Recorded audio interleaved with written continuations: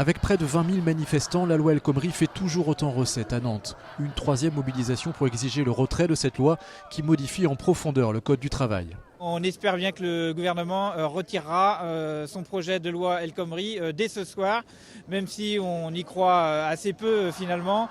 Mais en tout cas, on sera dans la rue de nouveau de toute façon dès la semaine prochaine s'il décide de ne pas le retirer.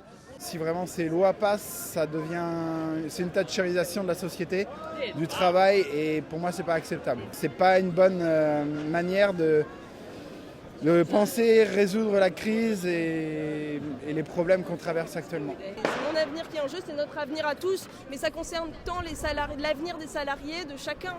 C'est pas seulement les étudiants, les lycéens, c'est tous. Les lycéens ont tiré des leçons des premières manifs. Ils ont désormais un service d'ordre en gilet jaune. Et notre but, c'est d'encadrer totalement un bout du cortège et faire que ça et garder la manif en groupe.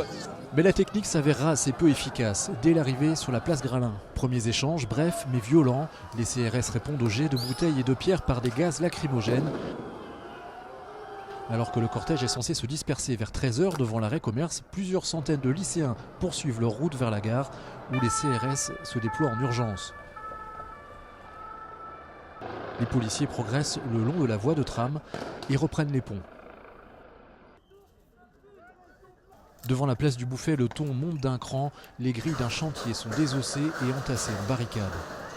Les manifestants reculent à nouveau sous une pluie de lacrymogènes jusqu'à la place du commerce où une nouvelle barricade est improvisée.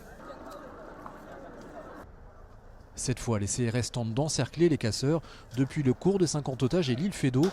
Devant la rue Kervégan, les échanges sont très violents et dans les commerces, les clients médusés.